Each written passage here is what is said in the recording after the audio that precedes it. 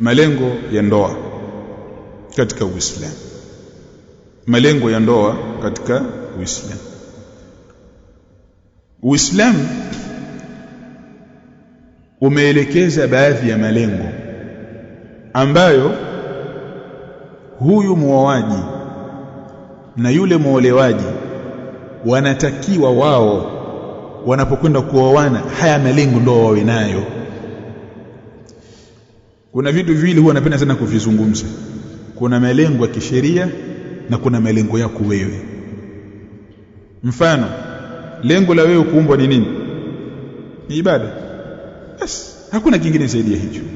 Wama khalaqtul jinna wal insa illa liya'budun. Sikuumba majini na wanadamu isipokuwa kwa lengo la kuniabudu. Hili ndio lengo kuu la sisi kuumbwa. Kwa unapolima, unapovua, unaposoma, unapofanya kazi, unapofuga, shughuli yoyote utakaoifanya katika hii dunia isiharibu lile lengo la nini?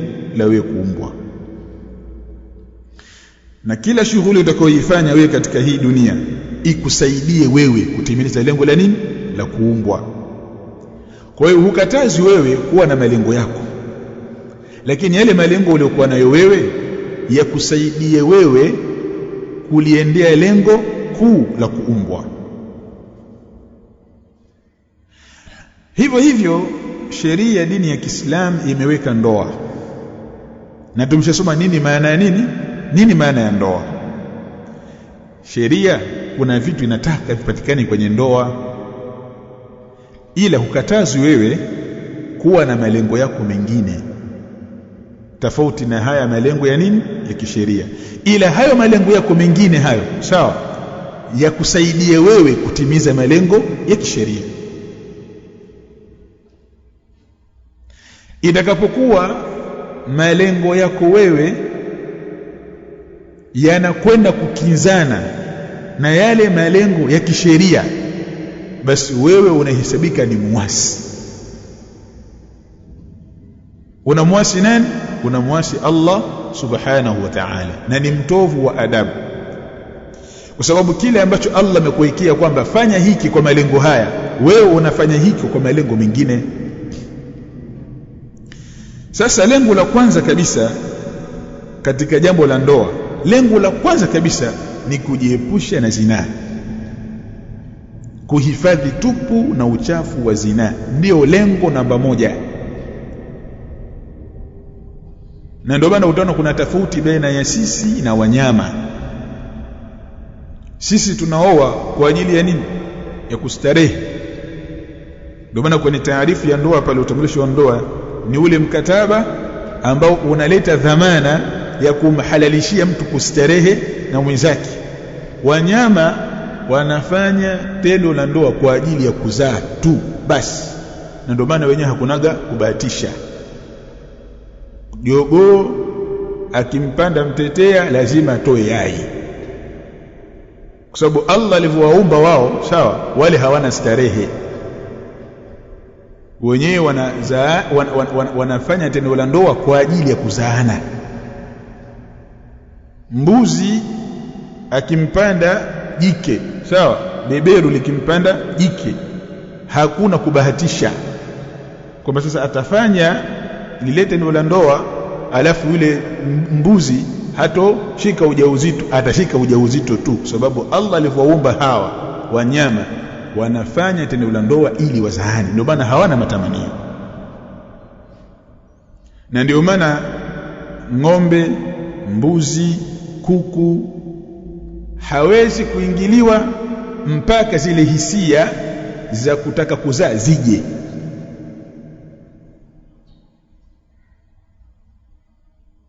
Sasa sisi binadamu tumepewa mambo yote mawili.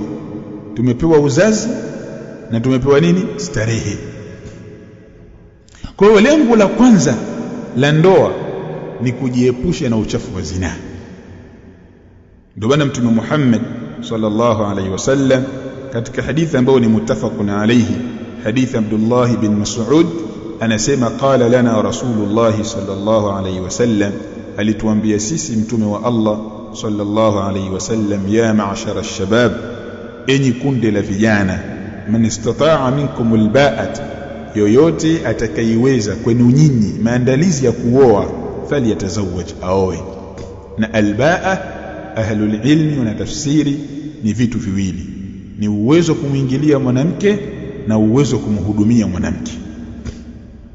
Basi ukiona vitu hivyo viwili, basi wewe oa. Kwa sababu gani? Fa innahu aghaddu lilbasari, hakika ndoa ni yenye kuinamisha macho chini. Na ndio maana barobaro hawezi kuinamisha macho chini, awe wa kike awe wa kiume. Ukitaka kujua tu binti hajaolewa, wewe muangalie tu macho ya kujujuu, kila mtu anamwangalia, utajua hicho kijaolewa bado hiki. Chatafuta mme. Na barabara wa kiume naye ni hivyo hivyo, hatulizi macho chini. Kila akiona juba limepita talitazama, kila akiona baibuli limepita talitazama. Haoni chochote lakini lazima atazame. Sasa akishaoa hawezi kushughulika na mwanamke, akishughulika naye ni ile maumbile tu ya mwanaume, kwamba mwanaume ameumbiwa uroho, sawa, basi kwamba ataangalia mara moja atapuuza zake, kwa sababu anajua nikienda nyumbani mimi na mke wangu niko naye. Kwa hiyo ndoa, Mtume Muhammad akasema fa innahu aghaddu lilbasari, ndoa ni yenye kuinamisha macho chini, wa ahsanu lilfarji, na ni yenye kuhifadhi tupu. Na ndio maana hata katika hadi za kisheria, mzinifu atakapokuwa ameoa au ameolewa, adhabu yake ni kupigwa mawe mpaka kufa.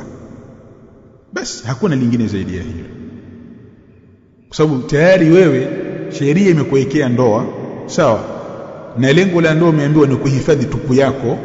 Alafu wewe bado umeolewa na umeshaoa, alafu bado unakwenda kufanya uchafu nje. Hakuna zawadi yako zaidi ya kuuliwa tu basi.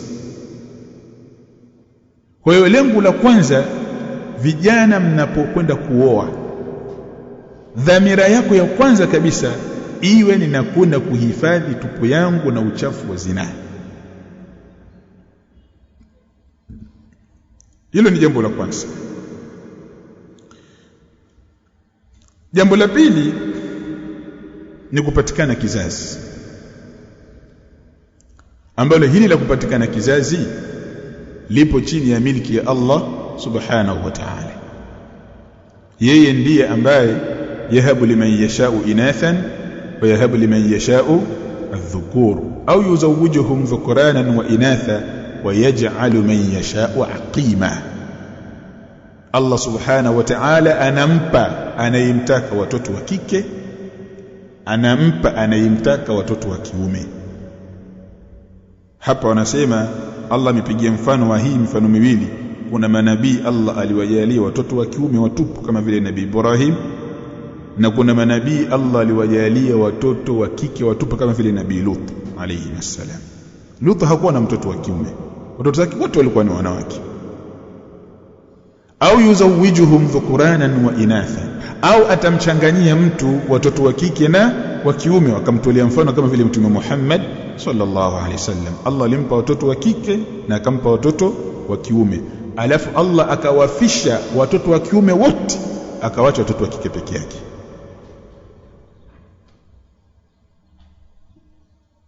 Kisha akasema Allah, wayaj'alu man yasha'u aqima, na anamfanya amtakai kuwa ntasi, hazai. Utakula mizizi, sawa, mpaka mizizi ya mpapai, mizizi ya majani, utakula mpaka utachoka, huzai. Allah ishafunga kafunga. Lakini lile lengo la kwanza lipo mahalipo, lipo starehe, tanila kustarehe, lakini mtoto hakuna. Kwa hili lengo la pili, hili ni lengo ambalo limewekwa na sheria, lakini mmiliki wake ni nani? Allah subhanahu wa ta'ala. Ndio maana wanasema ya kwamba kuzaa ni nini? Ni majaliwa. Kwa Swahili wanasema hivyo, kuzaa ni nini? Ni majaliwa. Kwa maana swala la uzazi ni jambo lipo katika miliki ya Allah subhanahu wa ta'ala. Akitaka atakupa watoto na asipotaka hakupi watoto. Sasa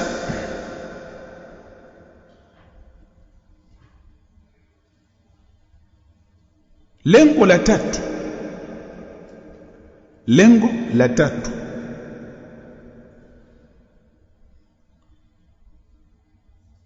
ambalo ndio lengo ambalo wanasema wanawachuoni ni msingi mama katika ndoa, ndiyo kunapatikana msingi wa kizazi kipya.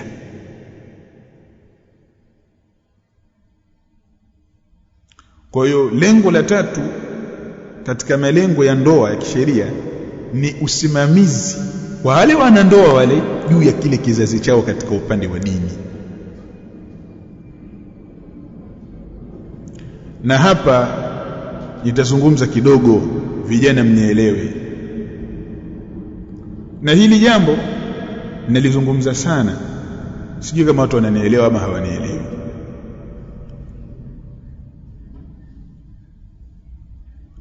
Miongoni mwa malengo ya kisheria ya kuhalalisha ndoa baada ya kustarehe na kupatikana kizazi ni nyinyi wanandoa wawili muweze kukilinda hichi kizazi kiweze kuwa ni kizazi cha dini, kwa sababu kwenye ndoa ndiyo panapatikana msingi mkuu wa kizazi kipya kijacho.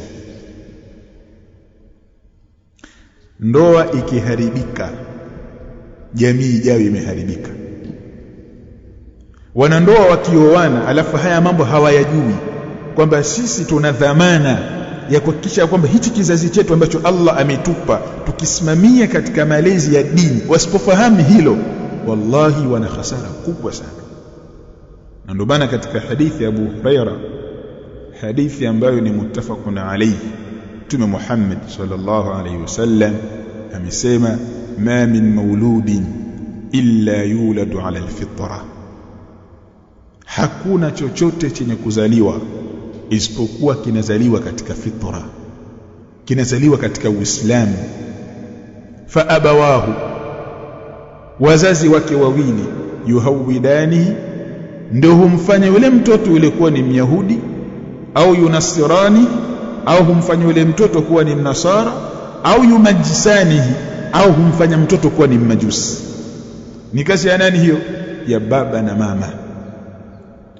Ndio maana huwa tunasema ya kwamba waharibifu wa kwanza wa jamii ni wazazi. Siku moja nishaye kumwambia mtu mmoja, talizungumza huko mbele hilo jambo, ulishaye kujuta kwa nini umemuoa huyu? Akasema bado sijawahi kujuta. Basi kumbe bado hujakuwa katika ndoa wewe. Kuna kipindi mtu anajuta ni kwa nini nilimuoa huyu mwanamke.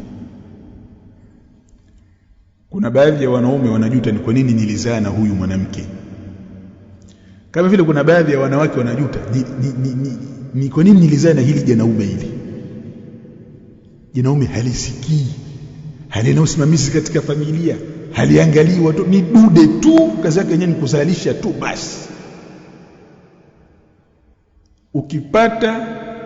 Ukipata mtihani, Allah akakujalia mwanamke ukazaa na janaume halijielewi, janaume kilaza, ni mtihani mkubwa sana umepewa na Allah. Ni mtihani mkubwa amekupa Allah wa maisha. Kama vile vile upande wa wanaume, Allah akakutahini wewe ukazaa na mwanamke mcharuko, utakoma wewe, utatoka mvu na miaka 30. Miaka 30 mvi za kutoka. Watu wakikuangalia hivi kama una miaka 50, hamna, ni miaka, huyu ana miaka 25 hapo alipo hapo, lakini mvi zimemjaa. Ndio kuna bwana mmoja aliwahi kuniuliza dawa ya kupunguza unene. Yeye ni bongo, tafuta mwanamke mcharuko, tafuta mwanamke mmoja mcharuko matata sana, oa tu, mwezi mmoja utabakia fimbo. Sio, tumeelewana? Sasa hili jambo watu wa makini sana. Mtume sallallahu alaihi wasallam alipigia mfano namna wazazi wanavomharibu mtoto. Akapigia mfano akasema hivi, kamathali albahimati tuntaju bahimatan jamaa, ni kama vile mfano wa mnyama huzaa mnyama aliyekamilika viungo. Mbuzi akizaa ule mtoto wake anatoka mtoto akiwa salama kabisa. Vile vile ng'ombe, ngamia, kondoo. Huwezi kumkuta ngamia amezaa mnyama au kondoo amezaa afu ule mtoto aliyezaliwa amekatwa masikio. Inawezekana hilo jambo?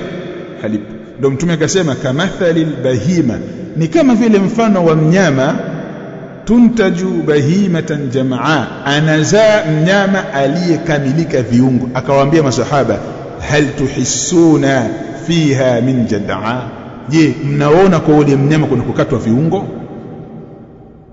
Hamna, hajakatwa viungo. Sasa wewe nenda baada ya miaka 2 kamwangalie ule mbuzi, utamkuta kakatobolewa masikio, si ndio? Katobolewa pua, ameshachorwa kwenye ngozi yake, ameshapigwa muhuri. Aliyefanya vitu hivyo ni nani? Ni yule anayemsimamia. Kwa hiyo Mtume Muhammad sallallahu alaihi wasallam amepigia huu mfano kwamba anayemharibu mtoto ni yule mzazi, ndio anayemharibu mtoto.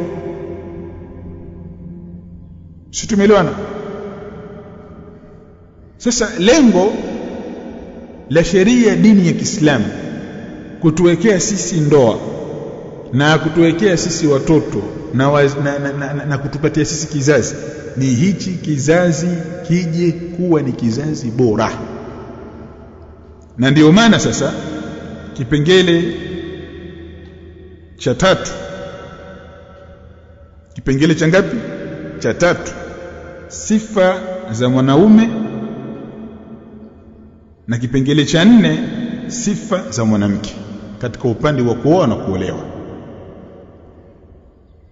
Baada ya kipengele cha 2 kuelezea malengo ya ndoa, ambayo tumesema malengo ya ndoa, swala ya kwanza ni kuhifadhi tupu, lengo la 2 ni kupata nini?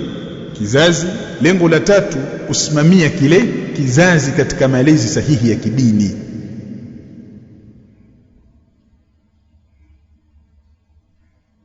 Kwa hayo ni malengo 3 nimeyataja nini ya sisi kuwekewa ndoa, ambayo sisi tunatakiwa tunapoiendea ndoa haya malengo haya yawepo. Lakini jambo la 3 ni sifa za mwanaume katika jambo la kuoa. Wewe binti wa Kiislamu ambaye umekuja kuposwa, ni mwanaume gani ambaye unatakiwa wewe umpokee? Na wewe kijana wa kiume, ni mwanamke gani unatakiwa umtafute? Hivi ni vipengele viwili nimevizungumza kwa pamoja. Kipengele cha 3 ni sifa za mwanaume kupewa mke, sawa, au mwanaume kuoa, na kipengele cha 4 ni sifa za mwanamke kupewa mume. Nikianza na kipengele cha 3,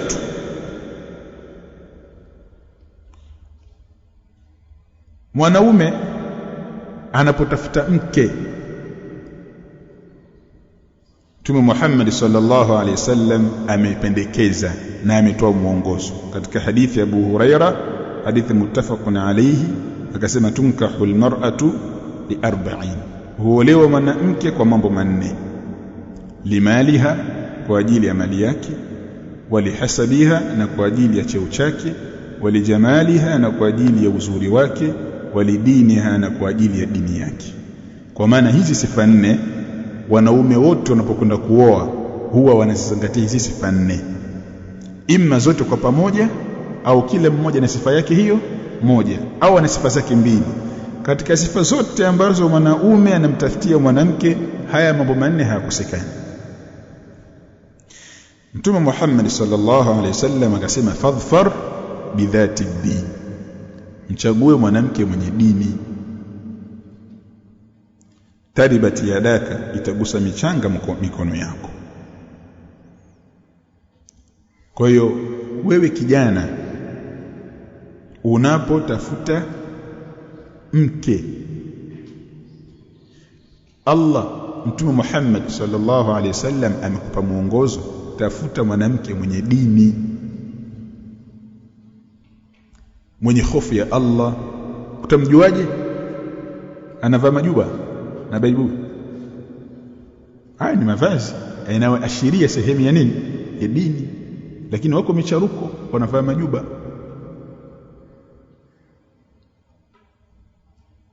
Wako wanawake majeuri kweli kweli wavaa hayo majuba. Ni hijabu, ni vazi lake la nyumbani, amekulia nalo, lakini ana tabia mbaya, hana dini. Hili jambo si jambo jepesi, kwa sababu Mtume Muhammad sallallahu alaihi wasallam ametoa mwongozo katika jambo ambalo limebebwa na matamanio. Kwa hiyo unawezekana wewe ukapata kijibinti kizuri, kitoto kizuri. Kuna wanawake wazuri, yani kuna wanawake ni wazuri, ukimwangalia ukisema huyu mbaya, wewe una hasadi yako tu. Sura ya kike, umbile la kike. Kuna wanawake na maumbile ya kiume, yani dude tu limekaa hivi, sawa, halijulikani. Sasa unapata mwanamke ana umbile la kike, ile umbo namba 8 analo. Alafu sasa ndo nafsi shanini imeshapenda. Sasa Mtume Muhammad sallallahu alaihi wasallam anakuambia tafuta mwenye dini. Ndo pale mtu anaambia bwana, usimwoe yule mtoto. Shekhe, si wewe tulikuwa huko atabadilika tu. Shehe, usioe. Sawa, atakubadilisha wewe huyo. Kwa hii ni sehemu hatari, na ndio maana nikawasisitiza mwanzo, mtakapokuwa mmeyafahamu haya, muombeeni Allah wasaidie, sababu Allah ndiye aliyemiliki nyoyo zetu. Mkabidhi Allah jambo lako, na kumkabidhi Allah jambo si jambo jepesi. Unaweza unaomba dua wewe, halafu sasa hivi dua Allah akikataa, nikimkosa yule mtoto itakuwa kwaje mimi? Shaelewa? Mtaki Allah msaada na jisalimisha kwake, hata kusaidia tu. Kwa chagua mwanamke mwenye dini. Ukifeli, nawaambia, ukifeli kijana, ukifeli katika upande wa mwanamke, ukapata mwanamke ambaye hana dini, utajuta wewe, utajuta. Usije ukaona wale wazee wanakaa kwenye vibaraza vya msikiti mpaka saa 3, kakaa tu pale kwenye kibaraza cha msikiti, sawa, apige stori na wazee wenzake tu saa 4, saa 5 ndo huyo anakwenda nyumbani, anakwambia sasa huu muda inshallah huyu tayari. Mwanamke ni kiumbe ambaye Allah kampa uwezo wa kumtawala mwanaume. Ni viumbe wana nguvu ya ajabu. Waoneni hivi hivi tu, hamwajui nyinyi. Wale ambao wameshaoa, kama wapo miongoni wenu wameshaoa, wanalijua hilo. Mwanamke ni kiumbe ana nguvu ya ajabu. Anaweza kaa yeye ni kidude kidogo na janaume hilo, lakini likiingia ndani ni zuzu, hawezi chochote. Akiambiwa kaa anakaa, nyanyuka tanyanyuka, leo hakuna kutoka na hatoki. Alafu anayemwambia ni kitoto kidogo cha miaka 16 au 17, lakini kimemnyoosha kweli kweli. Hii ni nguvu ambayo wanawake wamepewa na Allah subhanahu wa ta'ala, wana uwezo kututawala. Na ndio maana mimi binafsi huwa siwezi kumlaumu mtu yoyote katawaliwa na mkewe. Siwezi kumlaumu. Utamlaumu vipi na wewe pia umeshikwa? Utamlaumu vipi? Sasa tutatofautiana kwenye kule kushikwa. Mwanamke afadhali ya kushike sehemu zote, lakini asishike ile dini yako. Akiishike ile dini ile, wewe umekwenda na maji. Kuna baadhi ya watu washaambiwa mambo yako ya dini pale ndio yanaishia. Ukiingia hapa wewe ni baba Mwajuma, wewe sio shekhe wala sio ustadhi. Ukiingia hapa wewe ni baba Hadija. Tulia. Na kweli mambo ya dini yote yanaishia pale. Akiingia tu ndani, yeye ni mtu wa kawaida, zezeta, hakuna zezeta mfano wake. Akitoka nje ni rijali kweli kweli. Ndio katika wale wanawake 11 katika ile hadithi ya Ummu Zar'i, mmoja katika wanawake aliwaambia wanawake wenzake, zauji in dakhala fahida wa in kharaja asida. Aliwaambia mume wangu mimi akiingia nyumbani ni fahdi. Fahdi ni katika jamii ya simba, wanalala hawindi. Simba wana jamii nyingi sana simba. Sasa kuna simba ambaye hawindi, yeye ni kulala tu, analala zake juu ya mti wala hawindi. Wenzake wakishawinda ndo anakwenda kula yeye mzoga. Sasa anawaambia wanawake wenzake, mume wangu akiingia ndani ni fahdi, akitoka nje ni asida, ni simba dume. So mchezo, akiingia ndani hana neno. Allah afanywe wepesi. Anayejua njia ndio anayekuongoza njia. Ambaye hajui njia hawezi kukuongoza njia. Sisi tulishaingia kwenye hayo maisha ya ndoa na tunaishi nayo. Tunawaambia Allah akikutahini kupata mwanamke ambaye hana dini, hata awe mzuri kama Nabii Yusuf, utamchukia. Nabii Yusuf ndio mtu mzuri duniani ambaye kasifiwa na Mtume sallallahu alaihi wasallam, si ndio? Sasa ukapata kitoto kizuri cha kike kizuri, sawa, ambacho yani hakuna mfano wake, kikiwa na tabia mbaya, utamani kuingia katika hiyo nyumba. Kuna watu wakiingia nyumbani kwao wanasoma tukurusiwa mara 7. Nyumba yake, nyumba ya kwake, vitu vya ndani ni vya kwake, mke kamua yeye mwenyewe kwa mahari yake yeye mwenyewe, huduma zote anatoa yeye mwenyewe, lakini akitaka kuingia nyumbani lazima asome atukurusiwa mara 7. Kama vile kuna shetani mule ndani anamkimbia asimvae. Allah afanye wepesi. Tuhame hapo kidogo. Upande wa mwanamke, sifa za mwanamke kumpokea mume. Mtume Muhammad sallallahu alaihi wasallam katika hadithi ya Abu Huraira, hadithi amepokea Imam Tirmidhi na Imam Ibn Majah, anasema idha khataba ilaykum man tardawna dinahu wa khuluquhu fazawwijuhu. Idha khataba ilaykum, anapochumbia kwenu nyinyi. Idha khataba ilaykum, anapochumbia kwenu nyinyi. Man tardawna dinahu, ambaye mnamridhia dini yake. Sikilizeni haya maneno ya Mtume Muhammad sallallahu alaihi wasallam. Dada zangu, sikilizeni haya maneno ya Mtume Muhammad sallallahu alaihi wasallam. Atakapokuijieni yule ambaye mnamridhia nyinyi dini yake, wa khuluquhu, na tabia zake, fazawijuhu, muozesheni. Muozesheni. Ukiangalia upande wa mwanaume, Mtume hakuzungumza uzuri, si ndio?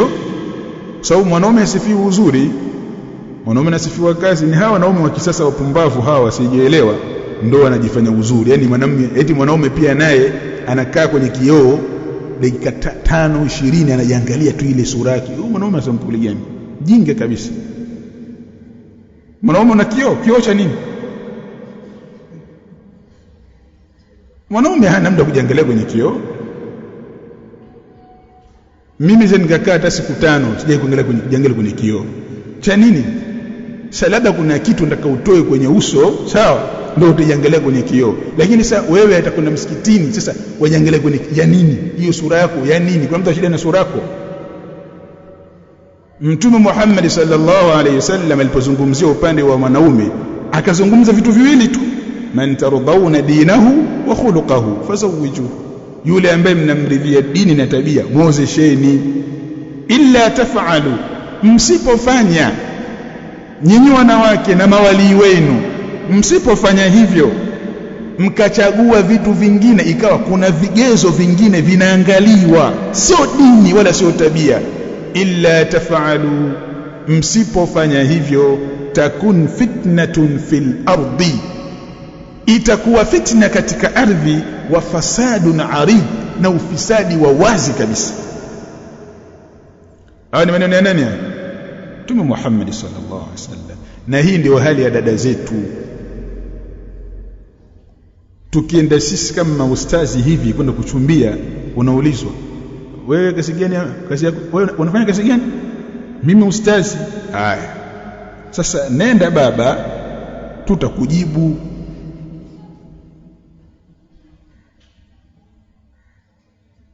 Na yule binti naye akiambiwa ustazi kaja hapa nataka kuchumbia, acha nikaswali istikhara kwanza.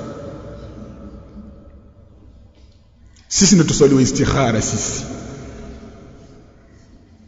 Lakini akiambiwa ya kwamba kuna bosi hapa wa TRA kaja, kuna mkurugenzi hapa, si ndio, wa manispaa, kuna daktari bingwa wa moyo, kuna daktari hapa wa mifupa anatafuta mke, sio mke wa kwanza, wa nne.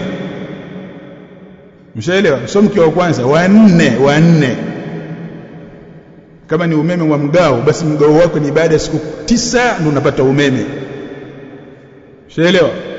Lakini ni nani? Mkurugenzi wa manispaa. Hasemi nitaswali istikhara. Binti akiambiwa bwana, huyu ni mkurugenzi wa manispaa, ni mhadhiri wa chuo, mshaelewa, ni mtu wa TRA, ni bosi wa kampuni fulani, hasemi sasa nikaswali istikhara. Hakuna istikhara hapo. Moja kwa moja afaa huyo, akubaliwa. Wewe ustazi ndio unaswali istikhara.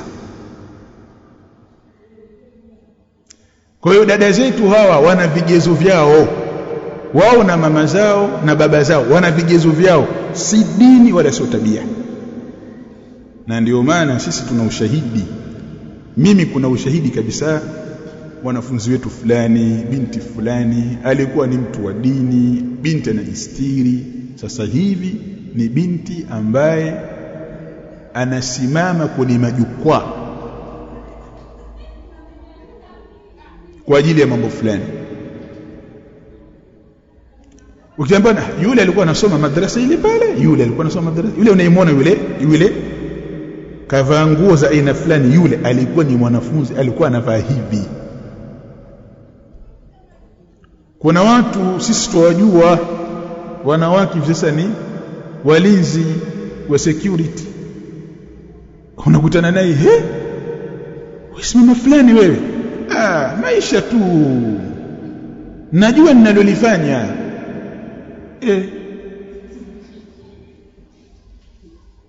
Tihani.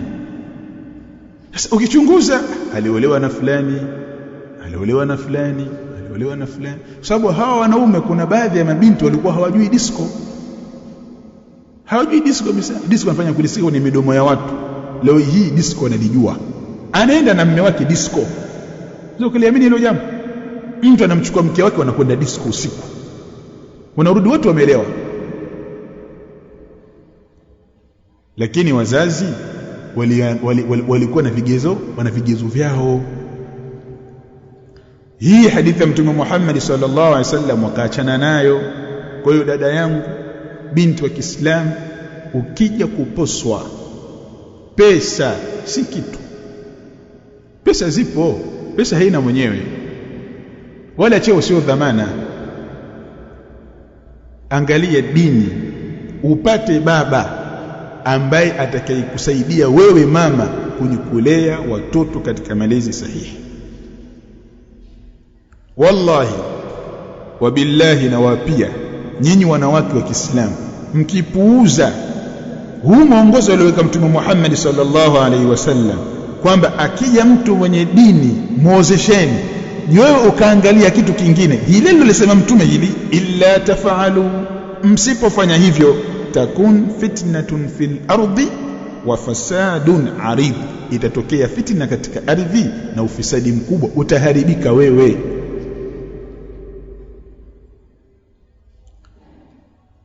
Jambo la mwisho, nikifunga sehemu yangu ya kwanza katika mhadhara huu, jambo la mwisho kwamba ambalo ni jambo la 5,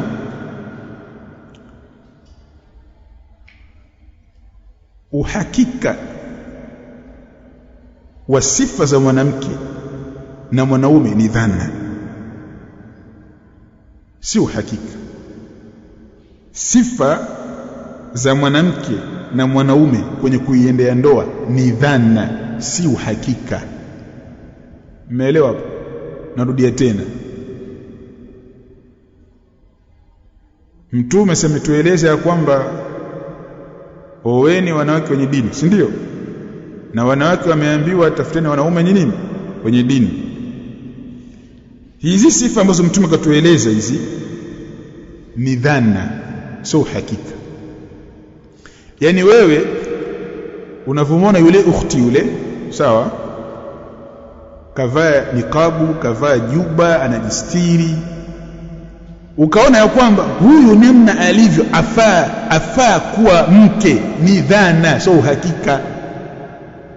Wadhania tu ya kwamba huyu anifaa. Umeshaelewa?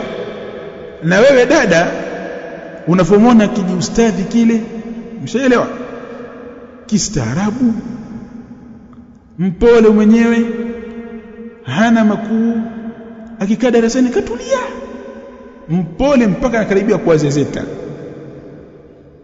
ukaona huyu afaa kuwa mume, hiyo ni dhana, sio hakika.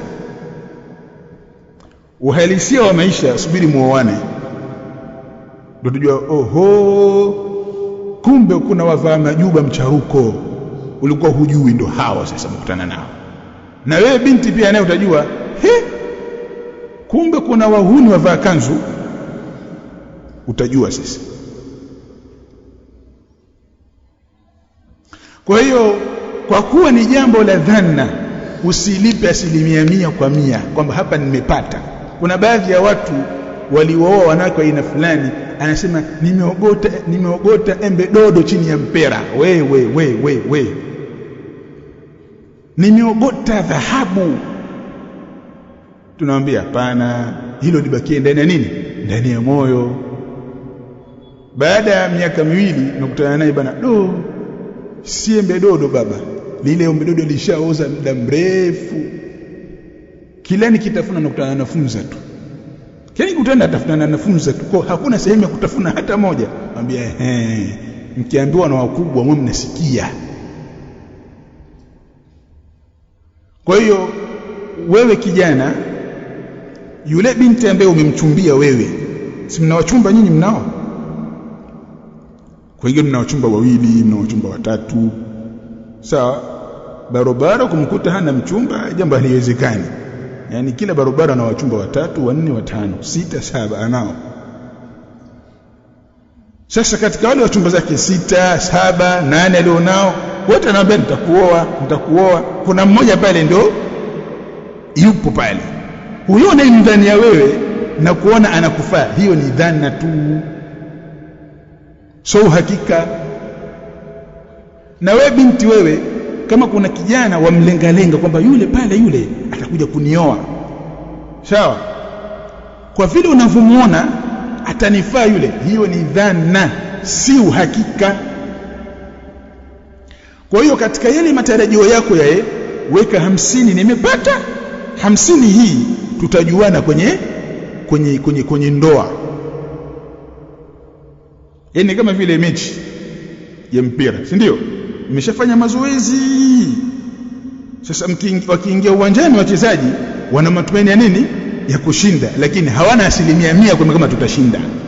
Sababu pale uwanjani wakati wowote hali inabadilika.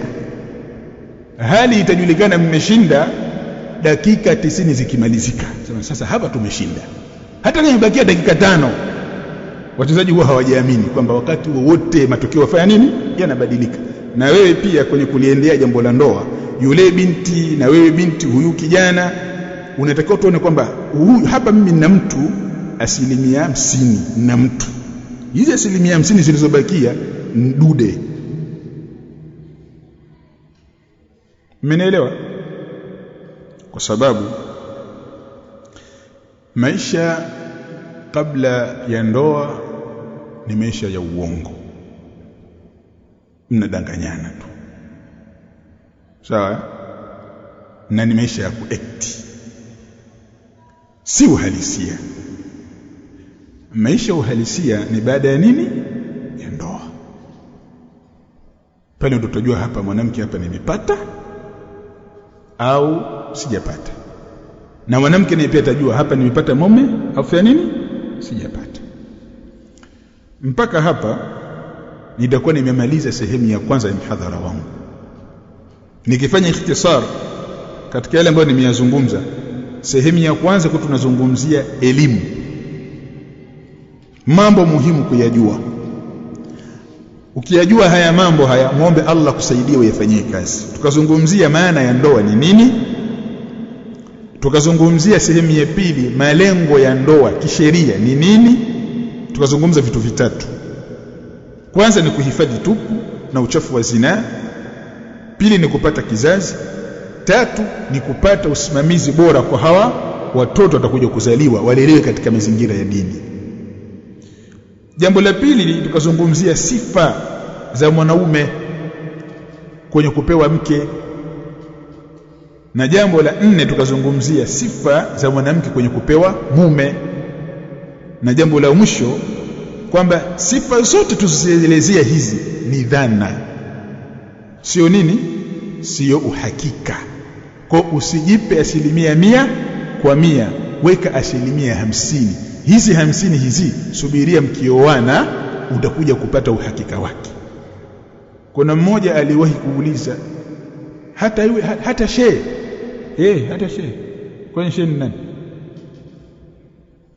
Hata mtoto wa shekhi, labda umekwenda kuchumbia mtoto wa nini, mtoto wa shekhi. Hata mtoto wa shekhi, kwani nani mtoto wa shekhi?